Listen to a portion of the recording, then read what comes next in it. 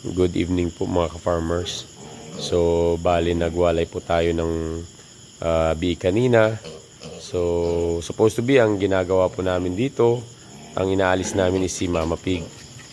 Kaya lamang po, dahil sa kakulungan ng kulungan, si mga biik po ang inalis namin.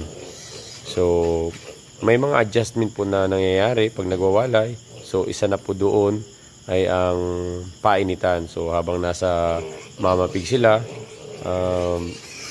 sanay silang nakumpul-kumpul sa Mama Pig. So, naiinitan po sila. At the same time, meron silang brooder lump.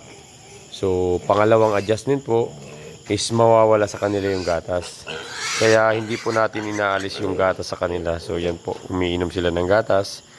So, yung gatas po na yan, may halo po yan na super biik from Bimig po.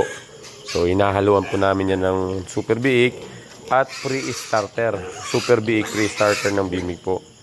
So, may halo po yan. Part po ng adjustment nila yan. So, maglalagay po tayo dyan hanggang sa 5 days. Hanggang sa makapag-adjust po sila. Unti-unti, binabawasan po natin ng gatas na hanggang sa maging tubig na lamang po. Pero, meron pa rin kami dito nilalagay na pre-starter na po. Kasi habang nasa nanay po sila, in-adjust na namin yung dry feeding nila sa pre-starter. So, yan lamang po. At kanina po, nagwalay kami, naglagay din po kami ng Elic B. So, Elic B, Electrolytes Anti-Stress. Gawa din po yan ng Animal Healthcare from San Miguel.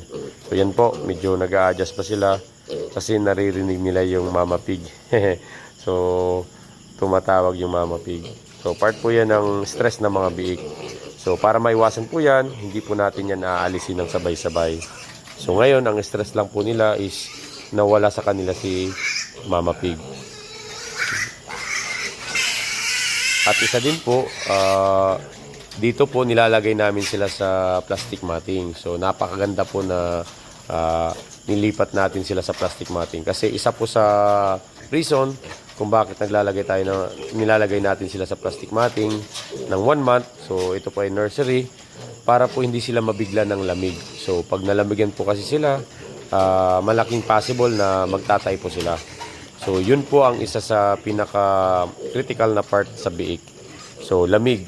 So, kalaban po ng biik yan na lamig. So, yan po ang cause ng